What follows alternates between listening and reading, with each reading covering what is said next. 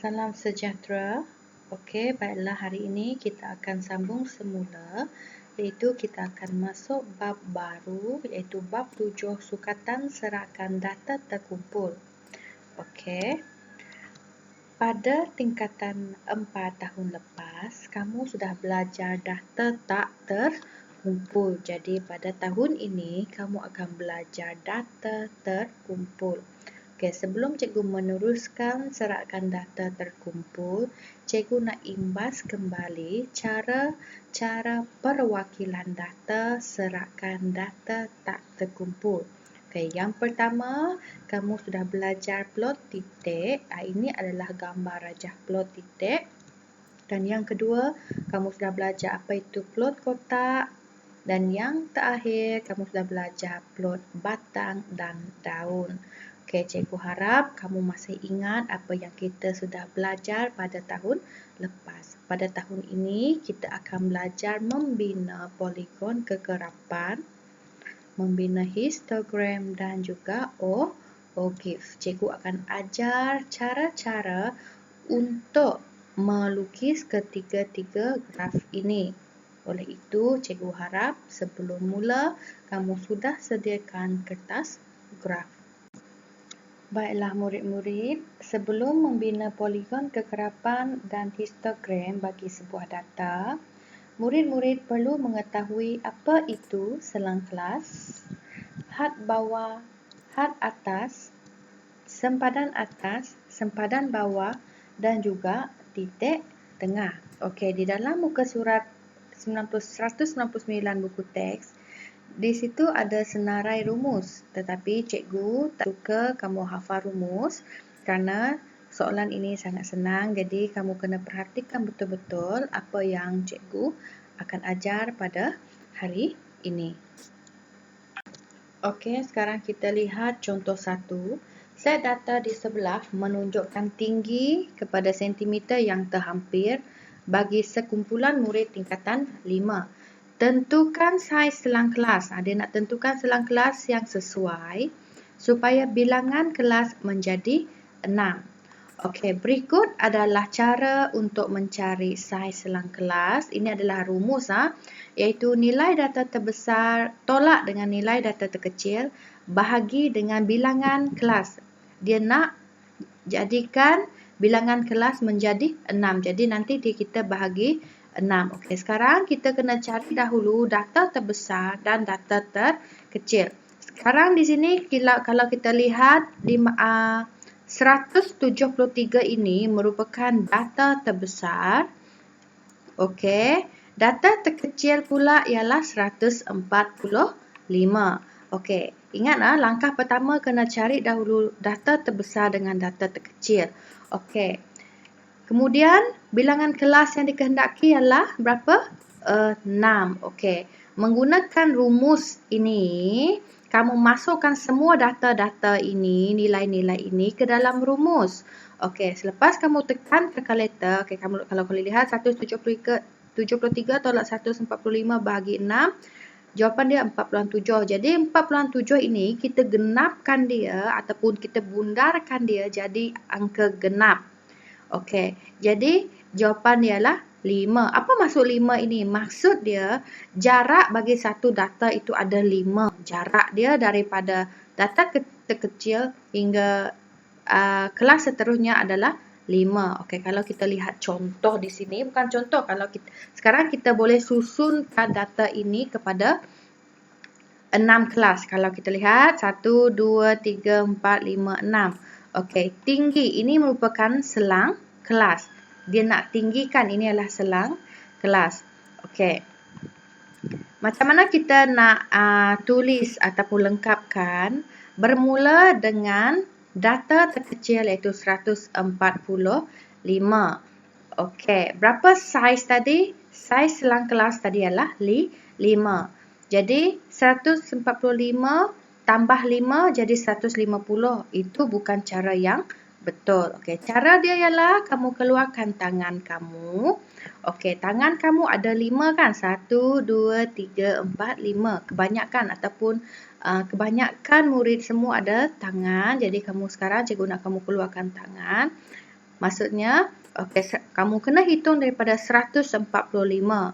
Selepas 145, 146, 147, 148, 149. Okey. Jadi di sini ialah 149. Okey. Untuk selang kelas yang kedua, apa nombor selepas 149? 149, nombor dia selepas ini ialah 150. Okey, sekarang kamu kena selang kelas dia tadi ialah 5. 5 juga. Jadi kamu kena tulis di sini 150, 151, bermula daripada 150, 152, 153, 154. Ini adalah 154. Bukan 150 tambah 5, bukan macam tu. Kamu kena hitung guna tangan. Selepas 154, apa lagi nombor di sini? 155. Lepas tu hitunglah 155. Di sini adalah 155, 156, 157, 158, 159. Jadi kita lihat di sini adalah 159. Begitu juga langkah seterusnya. Selepas 159, di sini adalah 160. Okey. Cikgu tulis dulu. Ini adalah 160 hingga okey, hitunglah 160, 161, 162, 163, 164. Okey, ini adalah 164. Okey, kemudian dari selepas 164, 165. Okey, di sini kamu kena hitung. Ini daripada 165, 165, 166, 167, 168, 169. Okey, begitu juga selang kelas yang terakhir. Selepas nombor 169 ialah 170. Lepas hitunglah guna tangan. Kalau ini 170, 71, 172, 173, 174. Ini adalah selang kelas. Kalau dia kata dia nak saiz selang kelas 4, maksudnya 4 tangan sajalah digunakan. Kalau dia nak 6, kamu kena tambah satu lagi jari kamu di sini. So, ini adalah cara-cara untuk menulis selang kelas di mana saiz selang kelas ini adalah 5. Ini adalah rumus yang digunakan untuk mencari saiz selang kelas. Okey kelas, sekarang kita jawab soalan B. Masih contoh 1. Masih soalan contoh 1 pada muka surat 199, iaitu soalan B.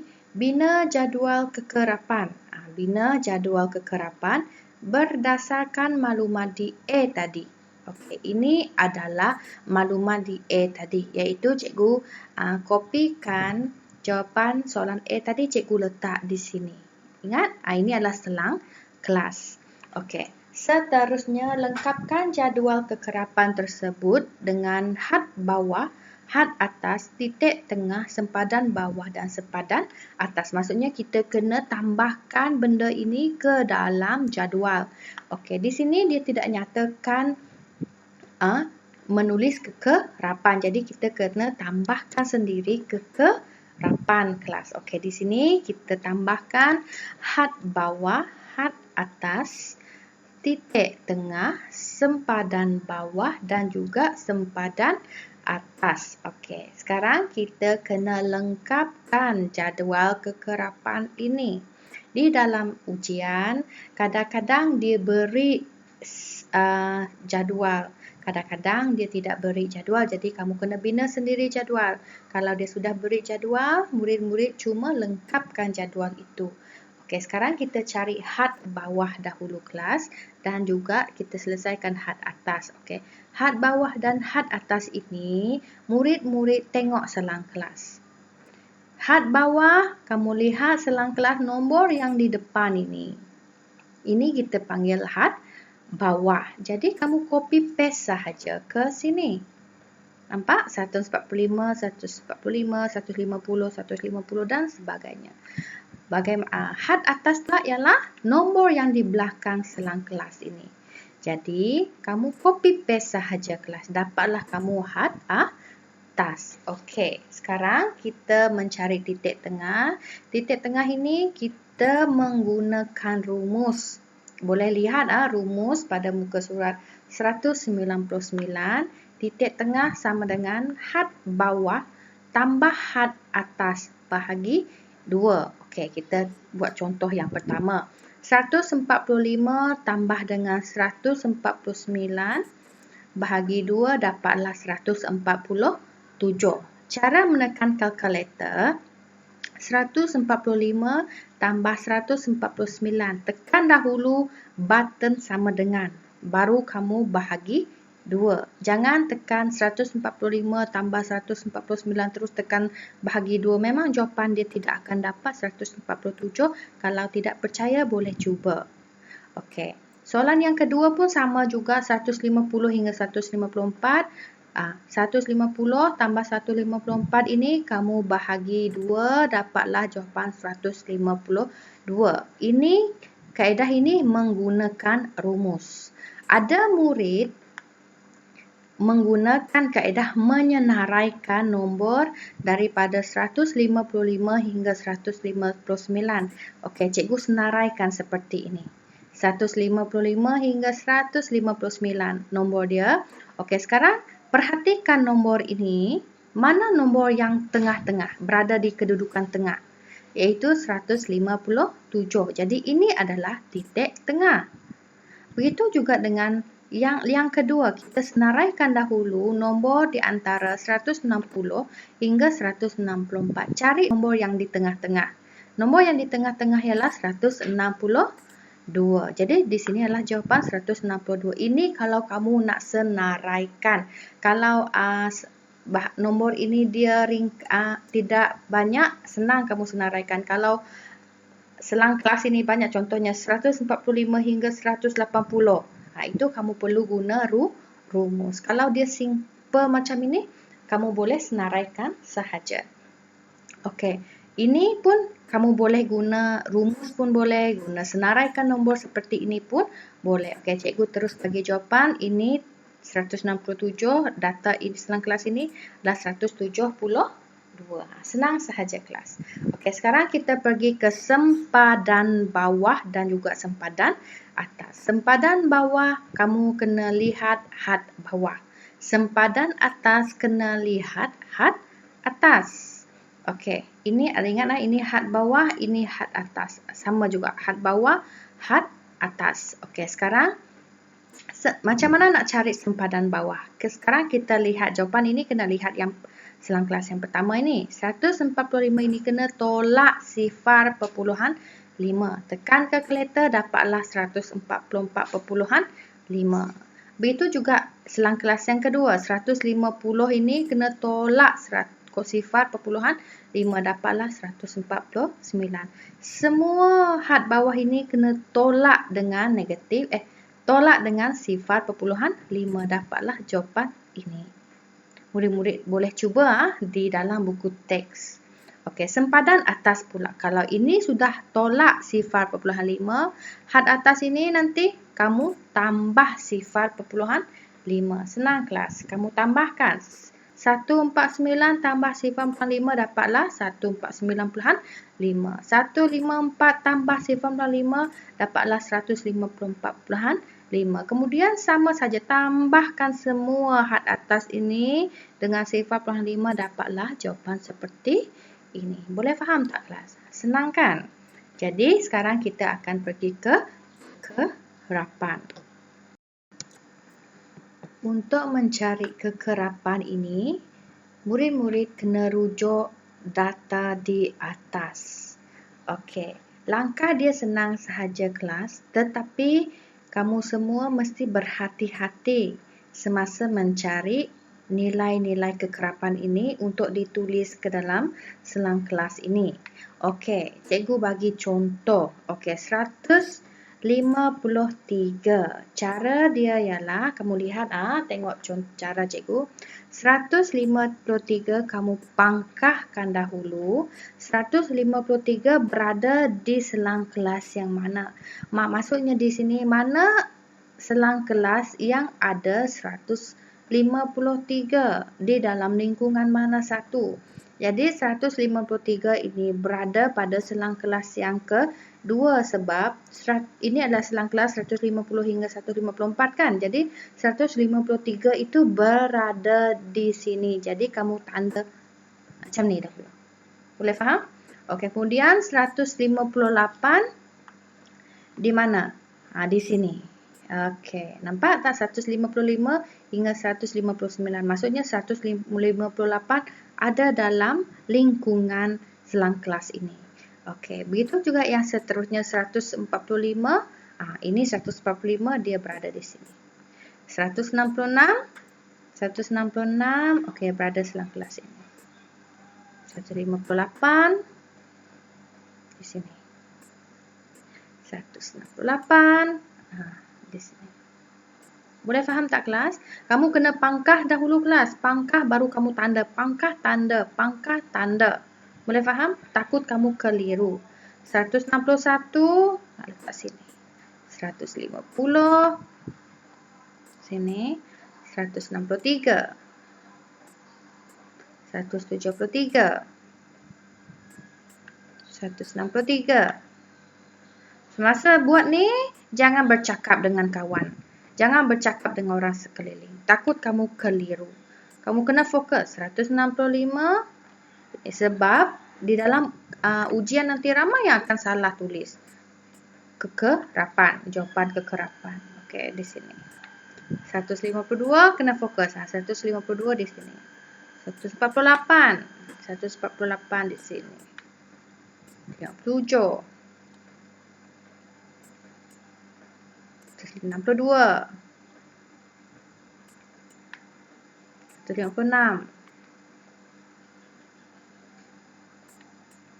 155 164 sampai yang terakhir. Okey, sekarang jangan biarkan dia seperti ini kelas. Kamu kena hitung berapa garisan. Di sini ada berapa garisan? Berapa garisan? 2, betul? Jadi kamu kena tulis 2 di sini. Jangan tinggalkan garisan ini. Kamu kena hitung 1, 2, 2. Ini berapa? 1, 2, 3. Letak 3. Ini hitung. 1, 2, 3, 4, 5, 6. 6. 1, 2, 3, 4, 5. 5. 1, 2, 3. 3. 1. 1. Jadi ini adalah cara mencari kekerapan. Jadi, selesai sudah kita membuat ataupun membina jadual kekerapan yang mengandungi kekerapan, had bawah, had atas, titik tengah, sempadan bawah dan juga sempadan atas.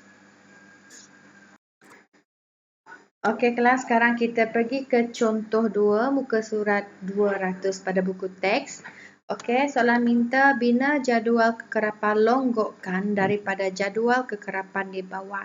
Sebentar tadi kita tidak sentuh berkaitan tentang kekerapan longgokan ini.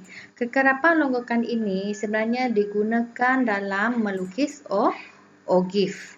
Okey. Jadual yang tadi tu yang kita belajar tadi ialah digunakan untuk membina grafik histogram dengan poligon kekerapan. Apa itu kekerapan longgokan? Kekerapan longgokan ialah hasil tambah kekerapan bagi suatu selang kelas itu dengan jumlah kekerapan kelas-kelas yang sebelumnya. Jadi cikgu rasa kamu sudah pening memahami apa itu kekerapan longgokan. Jadi sekarang kita terus tengok contoh apa itu kekerapan longgokan. Okey, jadual ini kita tukarkan kepada bentuk mencancang seperti ini. Kalau di sini umur dia melintang, kekerapan pun melintang. Jadi kita buat mencancang seperti ini. Okey, cara baca graf ini ialah contohnya umur 10 tahun hingga 19 tahun ada 4 orang. Ini maksudnya orang.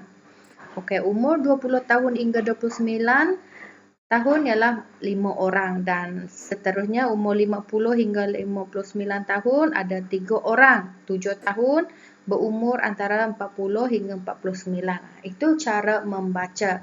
Jadi cikgu tukarkan jadual ini kepada bentuk mencancang. Cikgu letak semua data-data di atas ke dalam bentuk jadual ini. Okey, cara membina kekerapan longgokan di sini adalah seperti ini kelas. Kalau kita lihat 4 di atas ini, kita pun letak 4 juga di sebelah kekerapan longgokan ini. Kalau di sini sifar, sini pun mesti sifar. Kalau di sini 1, sini pun mesti 1. Kalau di sini 5, di sini pun mesti 5. Kalau di sini sifar, ini pun mesti sifar. Okey, untuk mencari kekerapan longgokan seterusnya, kamu tambahkan kekerapan longgokan ini, kamu tambahkan dengan 5. 4 tambah 5, 9. Kamu tekan saja ke kali. Lepas tu sama juga. 9 tambah dengan 8, jawapan dia adalah 17. 17 tambah 7, 24. Kemudian 24 tambah 3 ialah 27. Jadi ini adalah cara untuk menulis ataupun mengira kekerapan longgokan. Kamu tambahkan sahaja kekerapan ini dengan kekerapan longgokan ini dengan kekerapan kelas-kelas sebelumnya. Ini yang kita sebut hasil tambah kekerapan bagi satu selang kelas itu dengan kelas-kelas sebelumnya. Okey. Kita lihat di sini, apa maksud nilai 17 ini? Nilai 17 ini bermaksud terdapat 17 orang. 17 orang berumur 39 tahun ke bawah. Maksudnya 39 orang, 17 orang mempunyai umur antara 39 tahun ke bawah. Maksudnya daripada 39 hingga 10 ada 17 orang. Okey, kalau dia kata 9. 9 ini bermaksud ada 9 orang yang mempunyai umur 29 tahun ke bawah. Maksudnya daripada umur 10 hingga 29 tahun ada 9 orang. Itu maksudnya. Yang ini kalau 24, 24 ini maksudnya ada 24 orang yang mempunyai yang berumur 49 tahun ke bawah. Maksudnya daripada umur 10 tahun hingga 49 tahun ada 24 orang. Itu maksudnya.